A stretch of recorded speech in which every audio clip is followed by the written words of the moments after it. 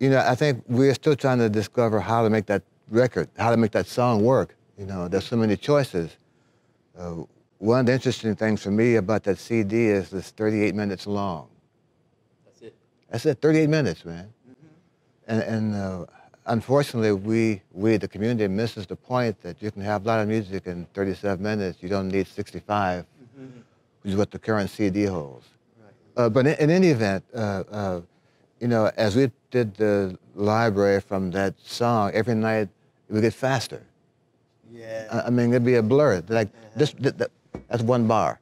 Yeah. That's, you know. Yeah. And I think one of the reasons the song got faster was that Miles was able to hear the changes more better connected at a certain speed. And the more active Herbie became harmonically, and the more rhythmically active Tony became, the song seemed to be more effective. And the guys could get to the changes faster or easier at a speed that was almost twice as fast as the CD, as the LP was. We're still discovering ways to play those tunes, you know, and it's interesting to hear groups who are not jazz-oriented know that record. I mean, you talk to everybody knows that record, man, and it's amazing that that's not what they do for a living, but they do it for listening. I mean, it's just stunning that every year it's one of the top jazz albums of the year, right? Yeah, I heard them play that stuff in Toronto in 1959 at a summer concert. And I said, man, what is that? Man? Me and Chuck Mangione drove up from Rochester, New York. And they're doing So What? I said, Charlie, what is that? Charlie said, I don't know. I said, well, so Charlie, find out what it is. Can you find out what it is? You know, and just quite amazing that the song, after almost 50 years, feels like yesterday. Ashley Kahn called me up and says, man, you know, we'd like you to do an interview for the book about Kind of Blue. And I said, what, about one record? Why is that so important? He says, you don't know? I said, no, I don't know, tell me. He says, it's the biggest jazz selling record of all time. I said, wow.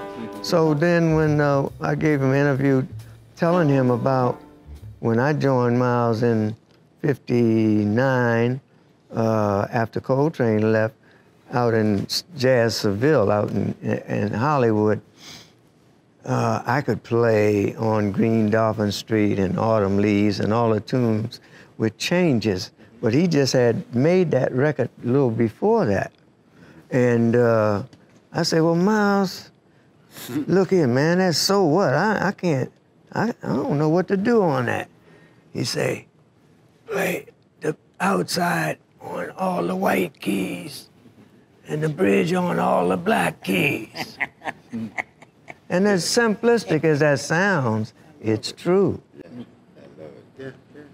What's beautiful about that tune, because you hear so many guys try to play that thing since 1959, and because it's only one chord, you hear guys playing everything they know on it, and it's not as effective. I think what's lovely about that record is the restraint that those guys had, you know, because they all could play whatever they wanted, but they took their time and they tried to stay within that feeling that Miles set up when he first, that beautiful intro that Bill Evans did, and it gives you a certain feeling. They all stayed in the feeling.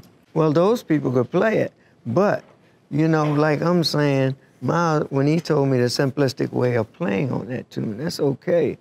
But, you know, he told me also at that time, say, Sonny Stitt keeps playing D-7 over and over. It ain't no D-7. It's all the white keys and all the black keys. So now that gives you everything on the white keys. You got D minor, E minor, F major, G7, everything in the key of the whole diatonic scale. And Train and Miles played like that. Their solos were different.